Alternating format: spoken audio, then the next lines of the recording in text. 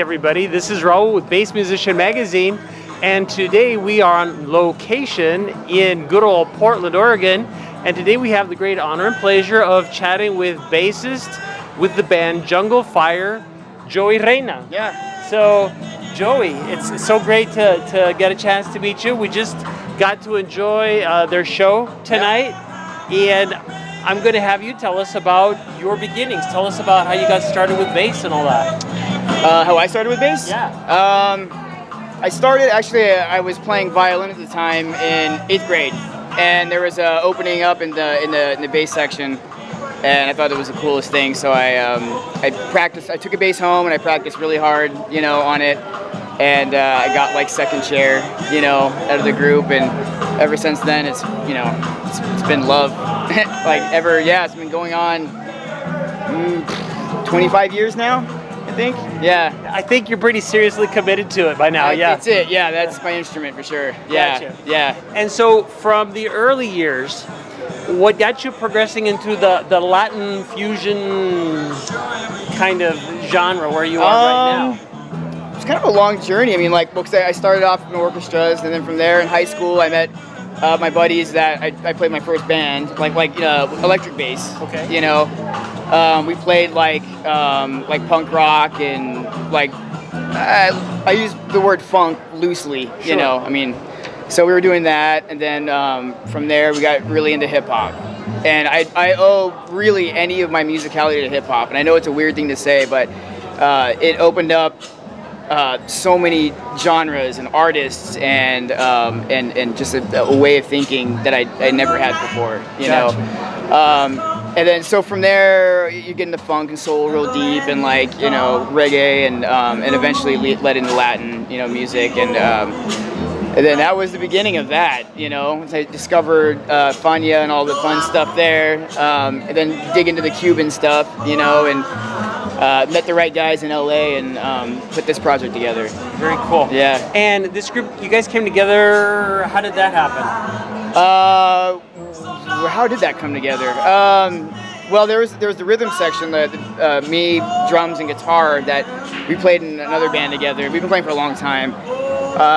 And I always had the idea to put together this Latin break kind of ensemble to play these cover tunes that you never hear live. Mm-hmm. These obscure tunes that no one plays live. And so we did that for one show in Chinatown, Los Angeles, for a party, a block party thing. And then we cut a 45. And from there, people seemed to really enjoy it. So, we shuffled some of the players around and found what worked, and this is who we are today. Now, Jungle Fire is a 10-piece band, half of which is percussion, if you include the bass with that. So right. it certainly takes me back to my days in the Caribbean, where we would get a rumbon going, and it just generates a lot of energy. It's kind of almost like an electrical engine of sorts, where it is. It just gets going. It's pulsating. You can't stop it. And then the melodic part, you've got electric guitar and a horn section. Yep. So trumpet, trombone, and bari sax and flute kind of thing. Yeah. And where's the music coming from? Because again, with the rest of the group there, I caught snippets that were certainly, you've got your Afro-Antillian portion, the Cuban portion, that as the funk ties in, it reminds me a lot of some of Santana's stuff. Yeah. And so it's an evolved kind of music. It doesn't fit in just one hole. Yeah, I think that's just homage to Los Angeles itself. We're all from different backgrounds. We're all from different musical backgrounds, but we share a common thread. The rhythm section is, we've dug deep into the funk and soul scene, and obviously the percussion section is real deep with Afro-Cuban language on the drums, and we tie in a lot of all that together. We dip into cumbia, we dip into, obviously there's a lot of funk influences behind it. There's the elements of salsa in there, there's elements of like mambo rhythms that go on. So it all just ties together, and we're trying to we're trying to create, you know, I don't know. It's just we're not. I'm sorry, we're not trying to create it. It's what comes out, you know, and it works, you know, and it is something hopefully fresh, you know, that people enjoy. Now, most recently, you guys released Jambu. Yep. You want to tell us a little bit about that? Yeah, that's our second album on Nacional Records, which is the local LA Latin alternative label. That album's really important because it's our first album. We feel it is us coming into our own. You know, the first album, Tropicoso, was very. We didn't quite know what we were doing with the band. You know, we had some good songs on there, and I think we were leading there, but we didn't quite have a grasp on what it is we could do. And I think Jambu is very experimental, you know. We were kind of worried that we might turn off some people because it is a little bit deeper into psychedelic, you know. Jambu itself is a plant in Brazil that's supposed to be hallucinogen, and you know, you mix that with drinks, and it's, you know, yeah, that's what we were hoping like the music represents, you know. Yeah, and it certainly, with all of the Afro-Antillan influence, the Brazilian music, the Caribbean, yeah, you know, it's so percussive, you know, loaded. Yeah, that's the point. The point of the band was to have the percussionists as the forefront. You know, they're the lead guitarists. Yeah. Like, especially with the three guys we have, like they between them, they've played with some incredible Latin musicians, and they have so much knowledge. And we're taking the traditional aspect of it and hopefully pushing it and fusing it with what we do. Gotcha. You know, and so having those guys really be the feature of the band, I think, is unique. You know, that was what was happening back in the day, you know, and I think kind of got lost, you know, and it's something we definitely want to represent now. Gotcha. And what future plans is there for Jungle Fire? What's down the pike? Any thoughts? We're recording, you know, keep recording, keep progressing. We're doing more out of town dates. You know, it's our first time in Portland and Seattle last night. We're hoping to do, I think we're doing Spain, like coming in the fall.